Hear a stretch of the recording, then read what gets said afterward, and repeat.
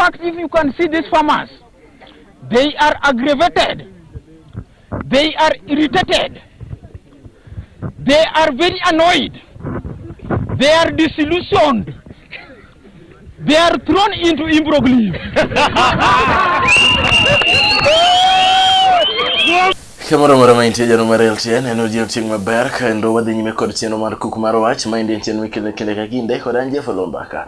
Odiochieng' ma kawuono wach madwa wuoye en weche gogo kata chiedh nade ma bende osiko mana kao mako jopith mag ochele mantiere kaunti ma Kisumu mantiere kawenge mag Ahero manero e kaunti nero ma Kisumu. Kawuono wan kod migosi Odino bende biro nyiso nyinge maler kumosome gi gimotimo mondo wadhi nyime Mbaka bende nosanene achiel kachiel kanogolo ichwang' mare kotenore kod okenge mabende jopith ochele dhiye kata kadhi arwaki studio. Mosoganda mondo nyisi gi nyingi maber ging'e ni to in man kod studio in ng'awa. Wala Mboka Juang aduoko erokamano un ma unoko kanyo kendo arwako ni mondo une chenro mwa Jeff oluongane ni kendo participate kendo miwa pachu. Koro kadok e nyinga Jeff anluonga ni Oloo. Yes. Aja Kisumu County. County mirito gi Jakrandunga. Koro nonro na mar somo to chalo kama. An asomo e skul moro miluongo ni Arombo Primary. Chako luonga dia Utino Yo High School. Kama natime penj mabaro penj nyongwoyo. Moluonga a direct entry a University of Nairobi. Kama chaka haya madhi Technical University of Kenya. Kama tiegora e somo miluongo ni Electrical Engineering. Ma chaka dhi mayudo first class honors degree. Koro sani to an oko e job market. Kendo atiyo gi jo Samia Africa kaka electrical engineer. Ma is concerned gi weche mag maintenance kod operations mag masinde mag itiyo godo e kambi kanyo. Koro mane nonro na mar somo to pok atieko somba e sani be ase register gi university moro nitie South Africa, Pretoria. Ma nyogi se luonga kanya dhi time my master's degree in electrical engineering.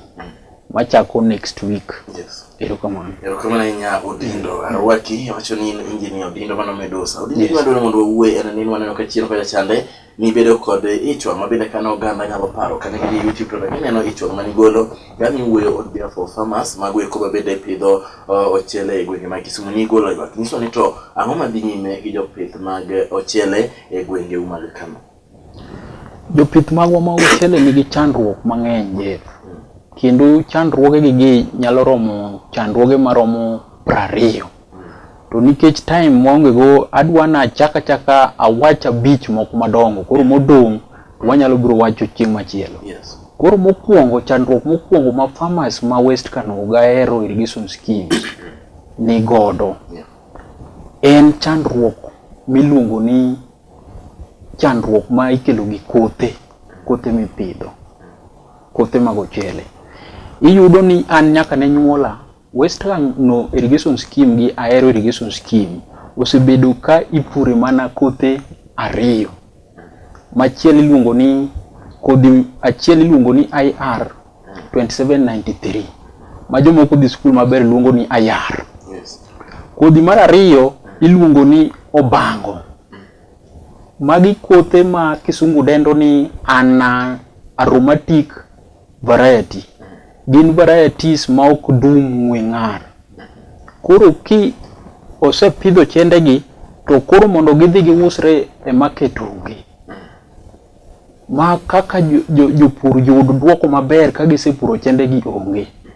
To sirikal nigi capacity mar sponsor jok ma nyalo kata timo nonro e wi kothe mabeyo ma jopur onego bed ni puro mondo giyud yuto maber. Mano sirikal mar gweng' nikech weche mag agriculture sani otere sirikal mar gweng'. Wanyalo wacho ni en sirikal mar gweng' nikech sirikal mar gweng' be sani nigi ministries mag agriculture. Yes.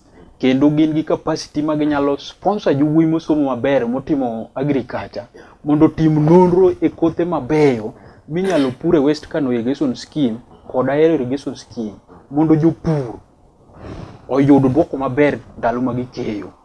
To ma en gima pok otimore nyaka sani. Kane wago koko ndalo moko to ne gikelo aromatic variety moro ma iluongo ni basmati 317.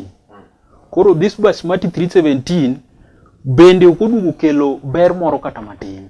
Koro adwana advise the county government kaka ng'at mosetimo research mang'eny e weche mag agriculture gi weche mag engineering ni giti gi jowa man gi rieko manyalo timo nonro e kothe mabeyo minyalo tigo e West Kano mondo mi farmers kopidho kothegi to yud keyo maber. Nikech sani kothe ma kelo keyo gin kothe madum suya mamit ma Kisumu luongo ni aromatic variety. Koro wan gi basmati to basmati no is not that good. Wan gi moro miluongo ni jasmine.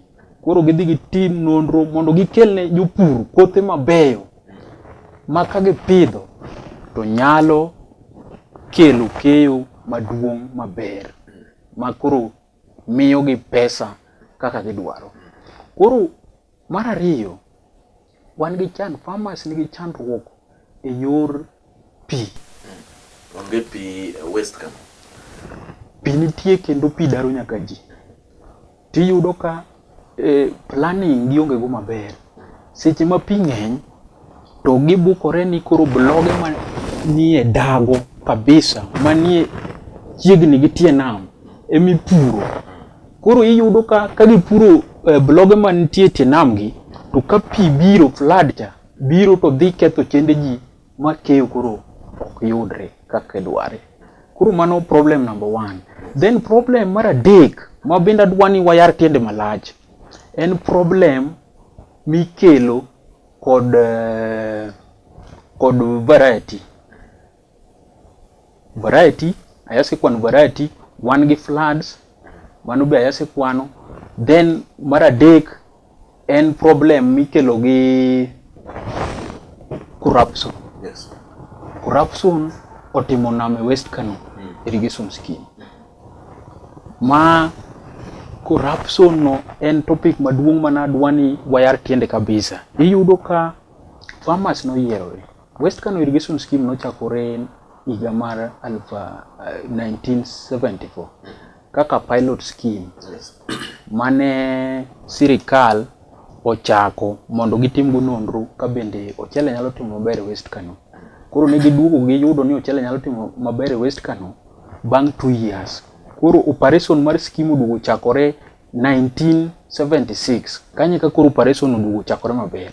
Koro bang' kanyo scheme no ringa maber mochopo 1997 kama oduogo o collapse.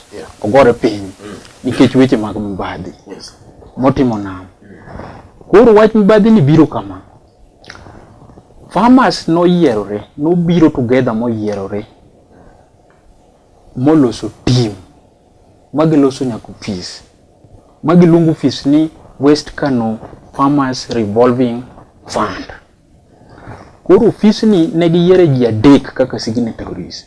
Ma ji adek gi te ne gimiyo mandate mar rito pesa gi, mar miyo gi kothe, mar puro negi, to ka koro gikeyo to giduoko pesa e account kanyo ero. Koro jogi kano osemi mandate ni to jogi no misuse mandate ni magi kwalo pesa ma farmers no kane scheme ka magi ringo magi lal. Masani giloro fees kendo giwacho ni farmers ni pesa onge sani gin bankrupt. Koro pesa onge minyalo pur ne farmers. Wach ni wasego ni koko to kata ng'ama winjo onge. Last time ne warado nyaka gi MP Fred Outa. Ma Fred Outa no luongo farmers te. Miyo gi 1 week mondo gidhi gi yangre maber ma giluongre kendo mondo gitim yiero kanyo. To kogisetimo yiero to weche mag corruption gi jok moyud nigi corruption tere jela. Up to now onge ng'ama osemak kata achiel. To pesa lal kendo pur sani koro dhi kidam. Koro mano en wach maduong' ma adwaro ni mondo ng'ata man gi teko moro amora manyalo konyo West Kano farmers gi ahero farmers mondo come up. Wan gi county government wadwa ni gibi mondo gires chuny farmers kuom wach mar kuom otimore ni. An gi evidence na sindiko ne nyaka asendiko ne ka anti corruption, asendiko ko auditor general nigi copy, nyaka ndiko ka ombudsman nigi copy na. Kech an gi evidence mar kuom otimore West Kano. Be momiyo koro ne wago koko. To up to now onge gima osetimore. In fact gik moko adi kende mosetimore nyaka ne wago koko gin gik moko ariyo. Gavana Jack Ranguma bang' kane wasego koko nodhi oloso komiti moro miluongo ni Rice Task Force mabedo chaired gi my village mate miluongo ni Dr. Polo Manga. Dr. Polo Manga ne ene mo chair that committee.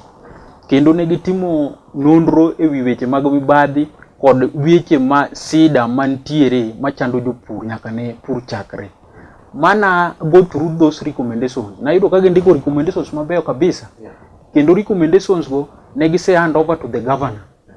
To Governor Jack Ranguma kaka nomi gigo podo lingo nyaka sani. Nyiso ni obede gigo onge koro gimo osetimo gi gigo nyaka sani. To recommendation mano di kanyo ne gin recommendation mabeyo kabisa kendo ka ginyalo bedo implemented to jopur nyalo yudo konyruok.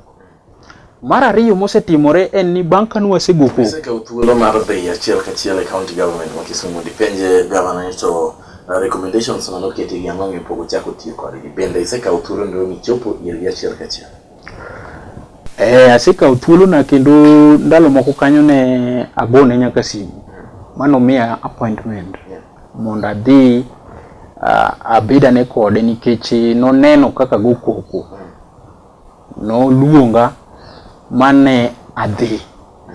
But nungisa ni progress mag gik mosetimo. Koro nungisa ni wamed me a time in 2 weeks time dhi yudo ka koro osekaw action. To sani koro dhi 2 weeks okadho. Koro nyiso ni 2 weeks gi ne gina wacha mani wacho mondo o please go farmers koso ne ginang. Mani penjo makoro onego be nodwoko farmers. Mar ariyo mana adwa kelo ni en gima osetimore bang' ng'anyo no. Bang' koko mosebedo no. Gima osetimore bang' koko no en tingni.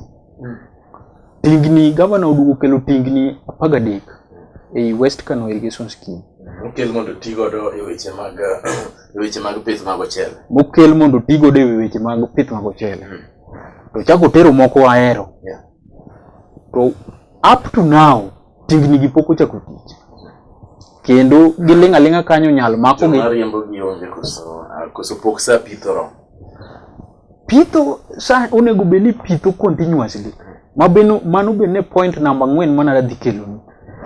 To okang'e gimomiyo tingni gi nyiche ka timo nonro to nyiche ging'isa ni fuel makete tingni gi mondo chak puro ne farmers ni maonge. To gino ne wase discuss go uta mu usa no se wacho ni onyalo golo pesa moro matin from CDF mondo odhio kaw fuel mondo tingni gi ochak tiyo. Up to now Mheshimiwa Fred Uta bende pok ochako timo kamano. Koro yudo ka gina tabu miluongo ni vicious gi kisungu. Gin tabu mochwere perpetual problems magin gisiko gidondore adonda kuom jopur magisiko onge solutions. Temo mi adwani come up gi solutions mabeyo manyalo konyo jo West Kano gi jo ahero. Koro problem mar 4 je mamae bende adwani imiya time maber mondo awach. Problem mar 4 en kar pur gionge consistency. Ma bende kate kipacha to ng'ama is in charge of planning kaki puru e West Kano irrigation scheme gi Ahero irrigation scheme onego beni no semaki mose tere court. Nikech iyudo ka japur ne for example kawuono to kaw 1.5 years kukicha kipuro ne. Koro yudo ka japur ni kopur ne dichiel to ochele gunde abich mo okayo ka ochamo machako nind kech koka chaki puro ni kendo. Koro japuro sike ngima mar goyo tong', ngima ma kisungu luongo ni servitude. En gima ma gigwa go tong'o ma nyicha dhi dala amoso mama moro kanyo ero ma japur lwete gwagwama kaka itimonge. To kitimo comparison gi jopur ma Mwea mani Kirinyaga County, kichaka dhi Pekera, Baringo County, ayudo ka mine ma jopur kanyo, mine chwe to leny to wuotho kotegno kendo gin gi jok ma tiyo nigi tich lwedo.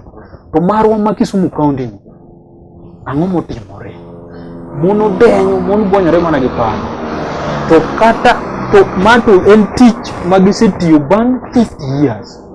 To kata konyruok ma gisebedo go onge. Koro yudo ka ipuro ni to bang' 2 years koka chaki puro ni kendo. To chele miyudo kanyo go ichamo mitieki. To samoro kwan mar joma nigi puothe gi ng'eny ma kopuro ng'ato kawuono to mondo mi chako duogo giri nyaka higa moro kalo. Kwan joma puro chele romo na. West Kano Irrigation Scheme oting'o farmers maromo oting'o ekni maromo 2,230. Averagely iyudo ka japur mae household achiel imiyo ekni 2. Koro iyudo ka roughly wan gi farmers madhi 1,200 mago farmers ma depend squarely on West Kano Irrigation Scheme. Ahero kamano. Koro ok dang' inyisa ni ekni 2,230 ok nyal pur kata bang' 3 months. Ka wan gi capacity, ka wan gi machinery, ka wan gi manpower, mano gima nyalore. Bang' higa kata bang' 6 months onego bedni osepur machak onyuo pur kendo. To ang'eyo gimomiyo mano ok timre je. Iyudo ka store manolos 1974 e store ma pod wan go nyaka sani. Store romo gi studio ni. Koro giluor ni kopur ekni gite to kumidhi keto chele gi onge. Kumi idhi onge kar keno. Kuma kane ochele gi kapod idwa no mogi mondo koro kaka ditergi oreg gi thika. Kech kata kuonde mirego ochele gi bende waonge godo Kisumu. Mills manyalo rego ochele onge Kisumu County. Mill mantiere en achiel to cannot even do grading mar rice. Cannot grade the rice. Mo ogol the nutritional values mago chele moa e West Kano Irrigation Scheme gi ahero. Koro chuno wani ochende kosegole kambi titero thika. Koro thika kuemi dhirego chele. Koro nyiso ni jo kuche gi ema chak benefit. Kecho chele kirego nitie gik miluongo ni by products. Machiel kuom giluongo ni bran gi dho Kisungu. Bran ni en gi by product mawuok e ochele. To kendo inyalo ti kode kuom chiemb dhok. Dhok nyalo chame kendo dhok nyalo golo chak mang'eny. Nikech en iodine, sodium free. Koro iyudo ka gigi eki dong'ne mana jo thika kucho. Nikech ochende te itero thika. Ang'o mono county government gero kata kelo nwa mill kata mana achiel kende ma can do grading, can grind rice kata 15 tons per hour. Kech mano averagely onego bedni ni mill no nyalo timo tijno. Ang'o mono gi? Sani koro is their 4th year in government. Ma pok otimore nyaka samo wawuoyo. Koro yudo ka jopur pod nigi problem nyaka sani. Ero kama ndinga winjo nyoka wach ngere no wach malach nano ka kuma ne chake go wach ngere ne ni gamo kalo tino ka chande mabene no miyo gara matos mokalo no ng'e kaka da Kisumu mano ero kaka ne ng'e tipo mabene ne wake man pek mokalo gino ni tipo ero kalo kanyo kendo ganda bende bro nene machiegni bro nene kaindi tipo mane luongo dindo ne de Kisumu man ng'e dindo gima dwani apenja nano ka thuolo rumo weche gi koro bedo kod thuolo mar twache mago ng'e to ang'o miyo apisas ma joma mibadhi oluoro gima pod nyime kod tayo weche mag ahero mag West Kano Irrigation Scheme kaito wadwani ni to en okang' mane minyalo kaw mondo jopith kata jopur mag ochele makuno gimagi obed maber kech mano eka gimagi tegemea kaka weche mag chiemo kod weche mag omenda okonego bed ni kete weche moro amora mag mibadhi. Kaka utindo nyalo dwaro ni mondo sirikal ma Kisumu otim ang'o mapiyo piyo ne jopith ka watieko chenro?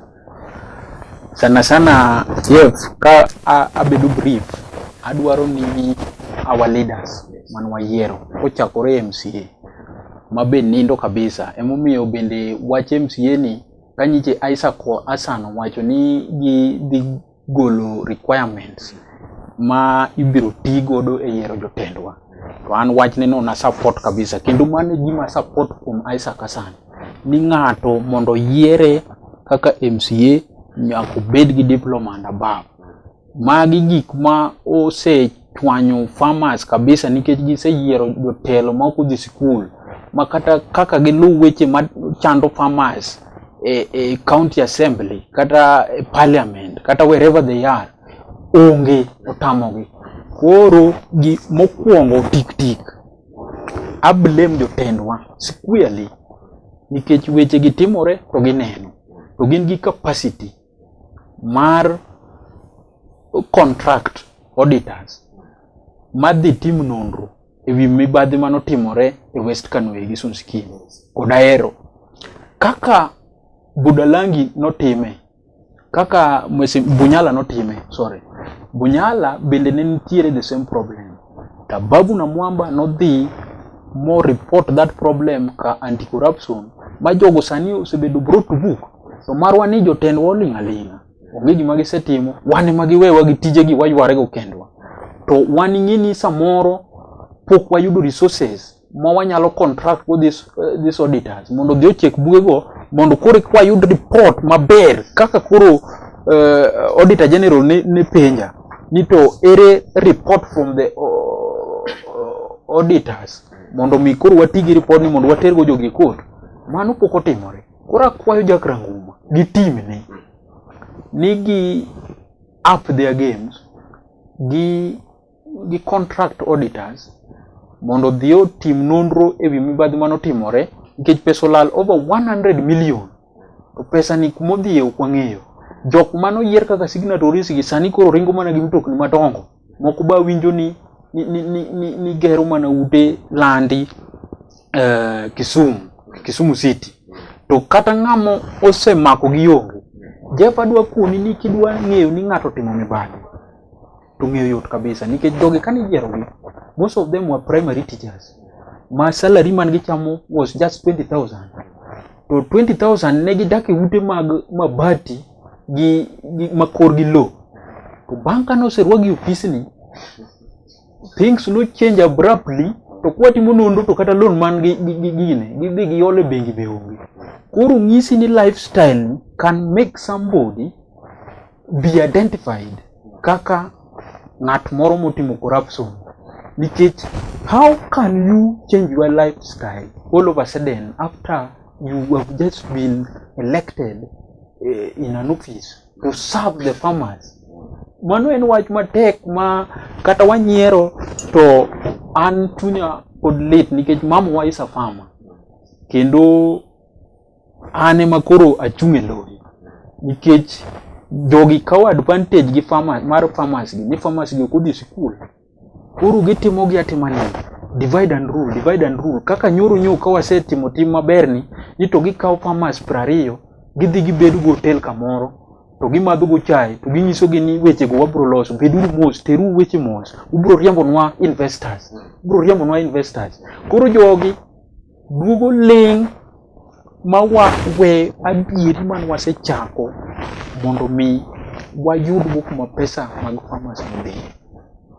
Koro gini chakore gi jotendwa gi bende Uta en ng'at moro ma is very vibrant kendo en gi teko monyalo mako go kata jogo kosetimne gi nonro ang'o miyo pod oling' e wachni ranguma to koro nigi resources te ma en to koro onyalo kata mako jogo gokinyi kako ohero bora ni moyud ni mibadhi otimore ka. Koro magi pok otimore nyaka sani. To gima kendo chak ramo iya kabisa Jeff. No. Jeff di meda time matin nikech wach ni en wach momako chuny farmers.